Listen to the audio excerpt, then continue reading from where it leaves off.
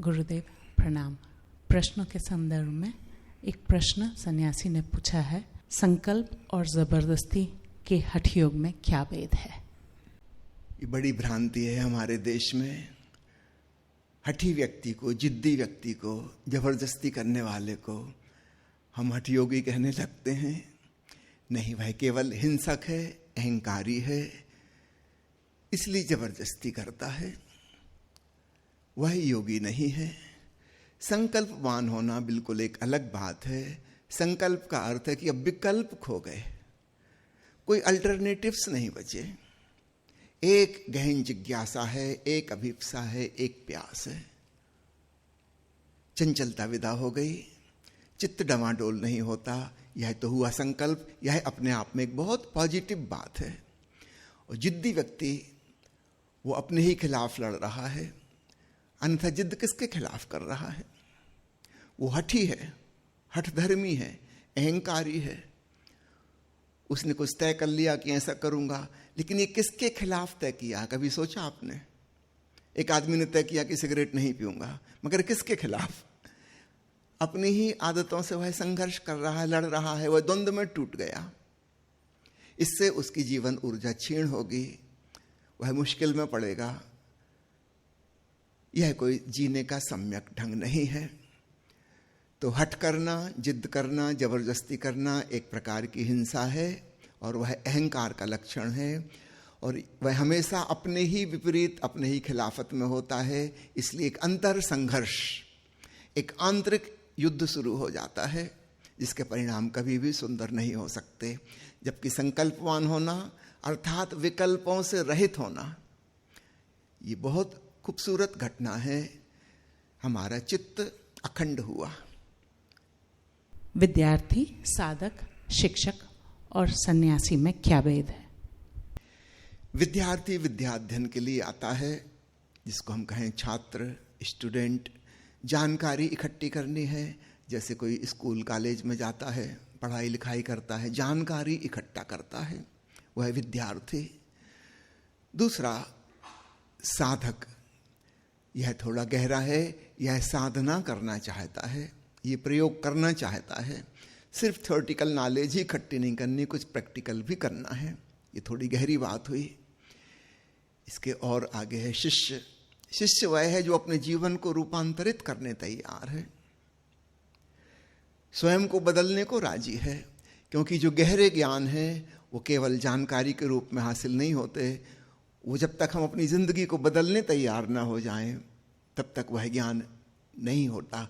वो कोई बौद्धिक जानकारी, इंटेलेक्चुअल इंफॉर्मेशन नहीं है जो गूगल से प्राप्त हो जाएगी। हम रूपांतरित होंगे तब हमें पता चलेगा, तब ज्ञान घटित होगा। कोई व्यक्ति प्रेम के बारे में कितनी ही जानकारी इकट्ठी कर ले, सारी कविताएं कंठस्थ कर ले जो कवियों ने लिखी हैं, लेकिन इससे उसके हृदय में प्रेम उत्पन्न नहीं हो जाएगा। तो कुछ चीजें हैं जो हम स्वयं ही जान सकते हैं। प्रेमी होकर ही प्रेम को जाना जा सकता है। ठीक ऐसे ही परमात्मा को जानने के लिए जैसे हम हैं वैसे पर्याप्त नहीं है। हमें प्रभुमय होना होगा। तो जो अपने को बदलने को तैयार है वह शिष्य, और भक्त वह है जो मरने मिटने तक को राजी है।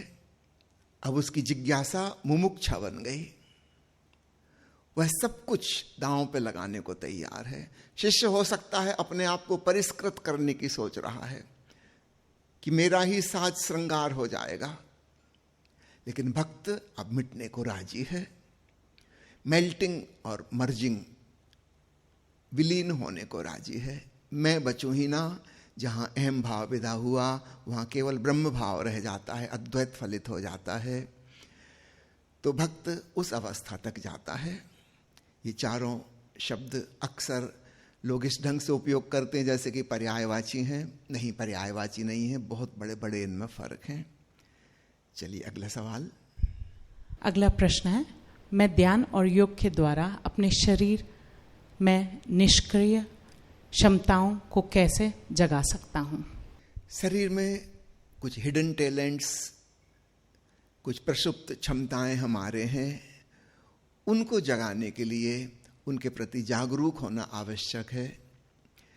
क्योंकि समाज ने, परिवार ने, शिक्षा प्रणाली ने हमको एक ढर्रे में ढालने की कोशिश की है।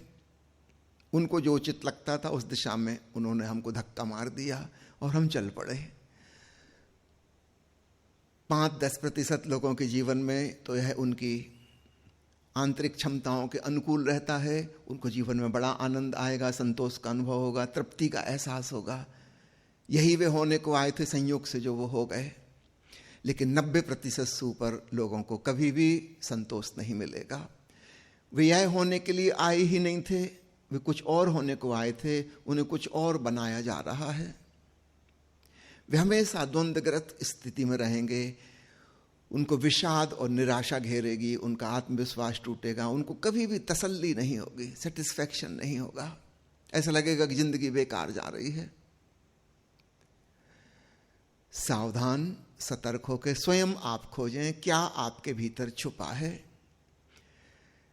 हिप्नोसिस की अवस्था में, ट्रांस स्टेट में पहुंच के इस बात को आसानी से जाना जा सकता है और अपने भीतर छुपी हुई क्षमता को उघाड़ा भी जा सकता है। तो वह भी ध्यान का ही एक प्रयोग है।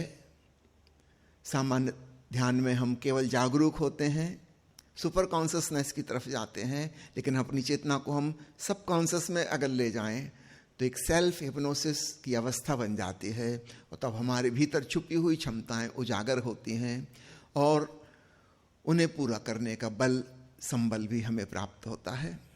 अगला प्रश्न, मैं डॉक्टर द्वारा निर्देशित अवसाद की दवा ले रहा हूं, लेकिन इसकी वजह से मैं चीज़ों को भूल जाता हूं। कौन सा ध्यान मेरे लिए उपयुक्त होगा? सबसे अच्छा ध्यान यह होगा आपको कि जो चीज़ें आपको वर्तमान में लाती हैं उनके प्रति आप जागरूक हों।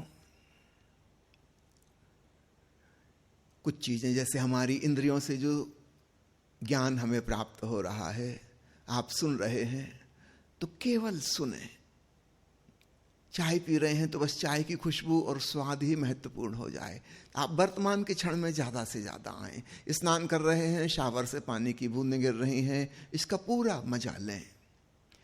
चित्त यहाँ वहाँ नहीं जा सकता, आप वर्तमान में होंगे। दूसरी विधि है, शरीर में कोई ऑटोनॉमस प्रक्रियाएं चल रही हैं, उनके प्रति जागरूक हों। जैसे सांस का आना जाना, वो हमेशा वर्तमान के क्षण में होगा। आप पिछली सांसों को याद नहीं कर सकते, न भविष्य की सांसों की कल्पना में डोल सकते। अभी सांस अभी है, उसके प्रति जागें। और गहराई में हमारी अंतरात्मा में जो आलोक और ओंकार मौजूद है उसके प्रति सजग हों। जब आंख बंद हो, आलोक का स्मरण। यहां स्मरण का अर्थ रिमेंबरिंग नहीं, सजगता, जागृति। ओंकार श्रवण, वो हमेशा ही वर्तमान में है। आप पिछले ओंकार को याद नहीं कर सकते, ना ही भावी ओंकार के सपने देख सकते, वो तो अभी इसी क्षण है। इस प्रकार आप वर्तमान में आएंगे और तब आप पाएंगे भूलने की प्रवृत्ति आपकी विदा होने लगी। अगला प्रश्न है, मैं तन, मन और धन की स्थिति से अच्छा हूँ, फिर भी सदैव अधूरापन महसूस करता हूँ। ऐसा लगता है कि कहीं पहुँचना है, कहीं जाना है, एक त्वरा है अंदर, और कभी परमात्मा या महाशून्य या ओमकार के मिलने की बात सुनता हूँ तो रो लेता हूँ। एक विरह महसूस होती है। इस पे कुछ बताएं। धन्यवाद। आप सौभाग्यशाली हैं, बिल्कुल ठीक अनुभव हो रहा है। ऐसा ही होना चाहिए। कल्पना करें बुद्ध को, महावीर को कुछ ऐसा ही हुआ होगा। सब कुछ था और फिर भी भीतर कोई तड़फ, कोई जिज्ञासा, कोई मुमुक्षा पैदा हुई। काश दुनिया में और संपन्नता होती जाए, सारी सुख सुविधाएं सबको उपलब्ध हो जाएं, फिर हमारे मन में जो भ्रांति थी कि ऐसा हो जाए फिर बड़ा सुख होगा, ऐसा हो जाए तो बड़ा सुख होगा, धीरे धीरे सबको पता लग जाएगा कि बाहर सुख शांति हो नहीं सकती। और तब एक टर्निंग पॉइंट आता है। तो जिन मित्र ने सवाल पूछा है उनके जीवन में एक क्रांतिकारी मोड़ की घड़ी आ गई, एक टर्निंग पॉइंट। बाहर सब कुछ होते हुए भी कुछ भी नहीं है और एक जिज्ञासा है कुछ पाने की, कुछ जानने की, कुछ सार्थक उपलब्ध करने की। यह सौभाग्य की घड़ी है। अब अपने भीतर मुड़ो और जिस चीज की प्यास जागी है वह आपके भीतर आपकी प्रतीक्षा कर रहा है। वह आपका स्वभाव है, वह आपका स्वधर्म है, वह आपकी स्वयं की चेतना है और उसे पाना जरा भी कठिन नहीं है। विरह उत्पन्न हो गया तो समझो कि भूमिका बन गई, अब मिलन में देर नहीं लगेगी। तो आज की चर्चा को यहीं समाप्त करते हैं। गुरुदेव, आपने सब प्रश्नों का उत्तर दिया, हमारी समस्याएं सुलझाई। आपका बहुत बहुत धन्यवाद।